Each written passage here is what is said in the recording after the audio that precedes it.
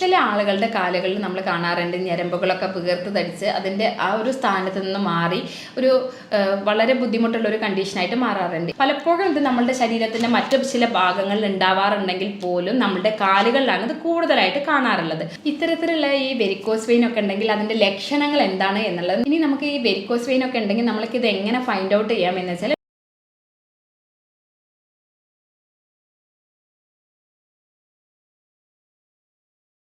എല്ലാവർക്കും നമസ്കാരം. ചില ആളുകളുടെ കാലുകളിലൊക്കെ ചിലപ്പം നമ്മൾ കാണാറുണ്ട് വെയിൻസൊക്കെ ഇങ്ങനെ തടിച്ച് വീർത്തൊക്കെ നിൽക്കുന്ന ഒരു അവസ്ഥ. അപ്പോൾ ഈ അവസ്ഥേനെയാണ് നമ്മൾ സാധാരണ പറയാറ് വെരിക്കോസ് വെയിൻ എന്ന് പറയാറ്. അപ്പോൾ ഇത്തരത്തിലുള്ള വെരിക്കോസ് വെയിൻ മൂലം എന്തൊക്കെ ബുദ്ധിമുട്ടുകളാണ് നമുക്കുണ്ടാവുന്നത്, അതെങ്ങനെയൊക്കെ നമുക്ക് പ്രിവെൻറ്റ് ചെയ്യാം, അതിന് എന്തെല്ലാം ചെയ്യാം എന്നതിനെ പറ്റിയിട്ടാണ് പറയുന്നത്. ഞാൻ doctor Nishitha M, doctor Basil's homeo hospital, Pandikkad, Malappuram ജില്ല. ചില ആളുകളുടെ കാലുകളിൽ നമ്മൾ കാണാറുണ്ട് ഞരമ്പുകളൊക്കെ വീർത്ത് തടിച്ച് അതിൻ്റെ ആ ഒരു സ്ഥാനത്ത് നിന്ന് മാറി ഒരു വളരെ ബുദ്ധിമുട്ടുള്ള ഒരു കണ്ടീഷനായിട്ട് മാറാറുണ്ട്. ഈ ഒരു കണ്ടീഷനെയാണ് നമ്മൾ വെരിക്കോസ് വെയിൻ എന്ന് പറയാറുള്ളത്. അതായത് ആ ഭാഗത്തുള്ള വെയിനുകൾ, അതായത് സിരകൾ ബലം നഷ്ടപ്പെടുകയും അതിനകത്ത് നമ്മുടെ അശുദ്ധ രക്തം നിറയുകയും ചെയ്യുന്ന ഒരു കണ്ടീഷനെയാണ് നമ്മൾ വെരിക്കോസ് വെയിൻ എന്ന് പറയാറ്. പലപ്പോഴും ഇത് നമ്മളുടെ ശരീരത്തിൻ്റെ മറ്റു ചില ഭാഗങ്ങളിൽ ഉണ്ടാവാറുണ്ടെങ്കിൽ പോലും നമ്മളുടെ കാലുകളിലാണ് ഇത് കൂടുതലായിട്ട് കാണാറുള്ളത്. അത് തന്നെ നമ്മൾ എന്താ വെച്ചാൽ കൂടുതലായിട്ട് നിൽക്കുന്ന ഒരു വ്യക്തികളിൽ നമ്മൾ കുറേ കോൺസ്റ്റൻ്റ് ആയിട്ട് നിൽക്കുന്ന ഒരു കണ്ടീഷനൊക്കെ ആണെങ്കിൽ നമുക്കിത് കൂടുതലായിട്ട് കാണാറുണ്ട്.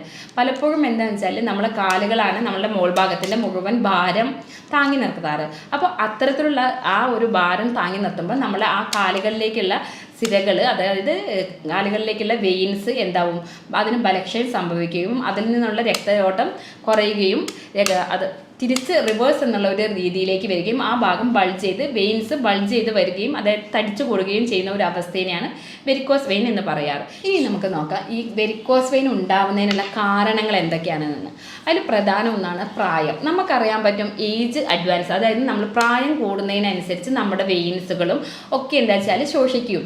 അപ്പം ബലക്ഷയം സംഭവിക്കുമ്പോൾ ഇതുപോലെ തന്നെ ഈ രക്തയോട്ടത്തിൻ്റെ അഭാവം കുറയുകയും ആ ഭാഗത്തുള്ള സിരകളിൽ എന്തെങ്കിലും വെയിൻസ് എന്താ വെച്ചാൽ ടോർച്ചർ ചെയ്യുകയും ചെയ്യുന്ന ഒരവസ്ഥ. അപ്പോൾ പ്രായം അതിനൊരു പ്രധാന ഘടകമാണ്. മറ്റൊന്നാണ് പാരമ്പര്യം. നമ്മുടെ ഫാമിലി ഹിസ്റ്ററി, അതായത് അച്ഛനോ അമ്മയ്ക്കോ ഒക്കെ ഉണ്ടെങ്കിൽ അത്തരത്തിലുള്ള ആളുകളിലും ഇത്തരത്തിലുള്ള ബുദ്ധിമുട്ടുകൾ കാണിക്കാറുണ്ട്. മറ്റൊരു കാരണമാണ് അമിതഭാരം അഥവാ ഒബീസിറ്റി.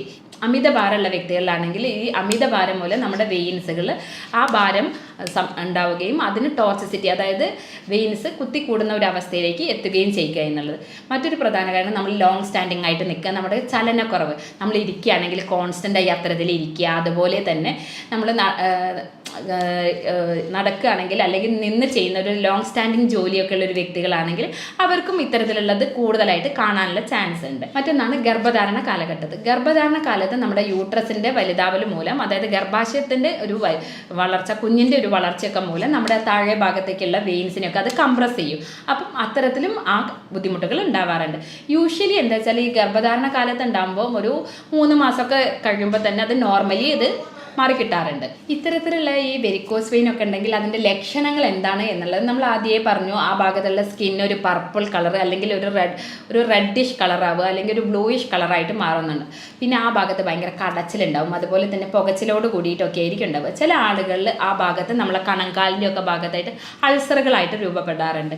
പിന്നെ ആ ഭാഗത്തുള്ള സ്കിന്നിൻ്റെ തിക്നെസ് വളരെ കുറയുക, സഹിക്കാൻ പറ്റാത്ത ലോങ് സ്റ്റാൻഡിങ് ആയിട്ട് നിൽക്കുമ്പോൾ ഈ കാലിന് വേദന, ഇത്തരത്തിലൊക്കെയാണ് ലക്ഷണങ്ങളായിട്ട് കൂടുതൽ കാണിക്കാറുള്ളത്. അതുപോലെ തന്നെയാണ് നമ്മുടെ ആ ഭാഗത്തുള്ള വെയിൻസ് ടോർച്ചറായിട്ട്, അതായത് തിക്നെസ്സോട് കൂടിയിട്ട് ആ ഭാഗത്ത് വെയിൻ ഇങ്ങനെ ബൾജ് ചെയ്ത് നിൽക്കുന്ന ഒരു അവസ്ഥ, നല്ല പെയിൻഫുള്ളോട് കൂടിയിട്ടുള്ള ഒരു കണ്ടീഷനാണ് അത്. ചില ആളുകളിൽ എന്താ വെച്ചാൽ ഈ വെരിക്കോസ് വെയിൻ്റെ ഈ ബൾജൊക്കെ ഉണ്ടാകുമ്പം അത് പൊട്ടിയിട്ട് അതിനകത്ത് നിന്ന് ബ്ലീഡിങ് ഉണ്ടാവാറുണ്ട്. അപ്പോൾ ഇത്രയുമാണ് എന്താ വെച്ചാൽ വെരിക്കോസ് വെയിനിൽ കോമൺ ആയിട്ട് കാണുന്ന ലക്ഷണങ്ങളായിട്ട് പറയാറുള്ളത്.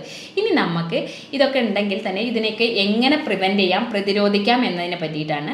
ഈ വെരിക്കോസ് വെയിൻ പ്രതിരോധിക്കുന്നതിന് വേണ്ടി നമ്മൾ എന്തൊക്കെ ആണ് ചെയ്യേണ്ടത് എന്നുള്ളത്. ഇത്തരമുള്ള വെരിക്കോസ് വെയിൻ മൂലം നിങ്ങൾക്ക് ബുദ്ധിമുട്ടുണ്ടെങ്കിൽ നമുക്ക് എന്തെല്ലാം ചെയ്തിട്ട് അതിൻ്റെ ഒരു ബുദ്ധിമുട്ടുകൾ നമുക്ക് കുറയ്ക്കാം എന്നതിനെ പറ്റിയിട്ടാണ്. പ്രത്യേകിച്ച് നമ്മൾ ശ്രദ്ധിക്കുന്നത് വെച്ചാൽ ശരീരഭാരം നമ്മുടെ BMIക്ക് അനുസരിച്ച് ക്രമീകരിക്കുക എന്നുള്ളതാണ്. മറ്റൊന്ന് റെഗുലറായിട്ട് എക്സസൈസ് ചെയ്യുക. നമ്മളൊരു കൂടുതൽ നേരം നിൽക്കുന്ന ഒരു ജോലി ഒക്കെയുള്ള ഒരു വ്യക്തികളാണെങ്കിൽ നമ്മൾ അല്പനേരം റെസ്റ്റ് ചെയ്തതിന് ശേഷം ജോലി കണ്ടിന്യൂ ചെയ്യുക. അതുപോലെ തന്നെ കോൺസ്റ്റൻ്റ് ആയിട്ട് ഇരിക്കുന്ന ഒരു വ്യക്തികളാണെങ്കിൽ കുറച്ച് നേരത്തിന് ശേഷം ഒന്ന് മൂവ് ചെയ്തതിന് ശേഷം വീണ്ടും ജോലി കണ്ടിന്യൂ ചെയ്യുക എന്നുള്ളത് മറ്റൊരു പ്രധാനമാണ്. ഇനി നമ്മൾ കിടക്കുമ്പോൾ എന്താ വെച്ചാൽ 2 or 3 തലയണകൾ വെച്ചിട്ട് നമ്മുടെ കാലിൻ്റെ ഭാഗം പൊന്തിച്ച് വെക്കുക.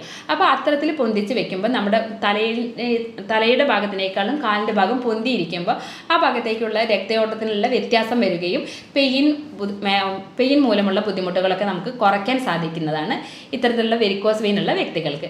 നമുക്ക് ചെയ്യാവുന്ന മറ്റൊരു കാര്യമാണെന്ന് വെച്ചാൽ കാലുകൾ ഇടയ്ക്കിടയ്ക്ക് മസാജ് ചെയ്ത് കൊടുക്കുക. നമ്മുടെ ആ കാഫ് മസിൽസ്, അതായത് കാലിൻ്റെ ആ ഭാഗത്തുള്ള മസിൽസൊക്കെ നമ്മൾ ഇടയ്ക്കിടയ്ക്ക് മസാജ് ചെയ്ത് കൊടുക്കുക എന്നുള്ളത് നമുക്ക് ചെയ്യാൻ പറ്റുന്ന ഒരു കാര്യമാണ്. അതുപോലെ നമുക്ക് ചെയ്യാവുന്ന മറ്റൊന്നാണ് കംപ്രഷൻ സ്റ്റോക്കിംഗ് എന്ന് പറയുന്നത്.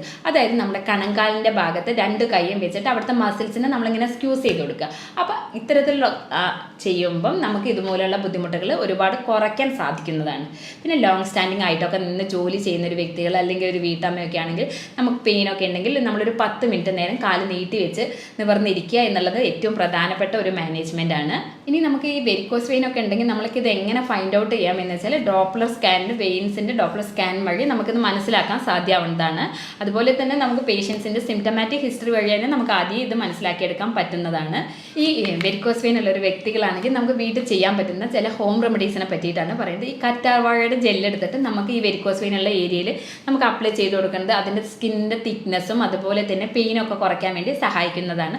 അതുപോലെ തന്നെയാണ് വെളുത്തുള്ളി അല്പം ചെറുനാരങ്ങ നീരിലോ അല്ലെങ്കിൽ അല്പം ചൂടുവെള്ളത്തിലോ ദിവസവും കഴിക്കുന്നത് ഇതിൻ്റെ ഒരു ബുദ്ധിമുട്ടുകളൊക്കെ കുറയ്ക്കാൻ നമ്മളെ സഹായിക്കുന്നതാണ്. അതേപോലെ വെളുത്തുള്ളി നീരും അതുപോലെ തന്നെ 1 ടീസ്പൂൺ തേനും കൂടെ സമം ചേർത്തിട്ട് നമ്മുടെ ഈ വെയിൻ ടോർച്ചറായിട്ടുള്ള ഭാഗങ്ങളിലൊക്കെ അപ്ലൈ ചെയ്യുന്നത് അതിൻ്റെ ഒരു പുകച്ചിൽ അത്തരത്തിലുള്ള ഒരു ബുദ്ധിമുട്ടുകളൊക്കെ കുറയ്ക്കാൻ വേണ്ടി നമ്മെ സഹായിക്കുന്നതാണ്. അതുപോലെ തന്നെ നമുക്ക് ചെയ്യാവുന്ന മറ്റൊരു കാര്യമാണ് 2 പച്ചത്തക്കാളിയും 1 ടീസ്പൂണ് തേനും കൂടെ ദിവസവും രാവിലെ വെറും വയറ്റിൽ കഴിക്കുന്നത് ഇത്തരത്തിലുള്ള ബുദ്ധിമുട്ടുകൾ കുറയ്ക്കാൻ സഹായിക്കുന്നതാണ്. ഇനി ഞാനൊരു ഹോമിയോപ്പതിക് ഡോക്ടറാണ്. അപ്പോൾ ഹോമിയോപ്പതിക് വേ ഓഫ് മാനേജ്മെൻറ്റ് എങ്ങനെയാണെന്ന് വെച്ചാൽ നമുക്ക് ഹോമിയോപ്പതിയിൽ വെരിക്കോസ് വെയിന് വളരെ നല്ലൊരു ട്രീറ്റ്മെൻറ്റ് അവൈലബിൾ ആണ്. നമുക്ക് പേഷ്യൻസിൻ്റെ രോഗത്തിൻ്റെ ലക്ഷണങ്ങളും രോഗിയുടെ ലക്ഷണങ്ങളൊക്കെ നമ്മൾ നോക്കിയിട്ട് വളരെ കൃത്യമായിട്ട് തന്നെ യാതൊരു പാർശ്വഫലങ്ങളും ഇല്ലാത്ത ഹോമിയോപ്പതിക് മെഡിസിൻ വളരെ സേഫായിട്ട് തന്നെ ഏതൊരു പ്രായക്കാർക്കും ഉപയോഗിക്കാവുന്നതാണ്. നമ്മളത് റെപ്പട്രൈസേഷൻ എന്നുള്ളൊരു മെത്തേഡ് വഴി ജർമ്മൻ നിർമ്മിതമായ മെഡിസിൻസാണ് നമ്മൾ പേഷ്യൻസിന് കൊടുക്കുന്നത്. അതുകൊണ്ട് തന്നെ അവർക്ക് ഇതൊരു ശാശ്വതമായ ഒരു പരിഹാരം ലഭ്യമാവുന്നതാണ്. അപ്പോൾ ഇത്തരത്തിലൊരു ബുദ്ധിമുട്ട് നിങ്ങൾക്കുണ്ടെങ്കിൽ നിങ്ങൾക്ക് എന്നെ കോൺടാക്ട് ചെയ്യാവുന്നതാണ്. ഞാൻ doctor Nishitha M, doctor Basil's homeo hospital, Pandikkad, Malappuram ജില്ല.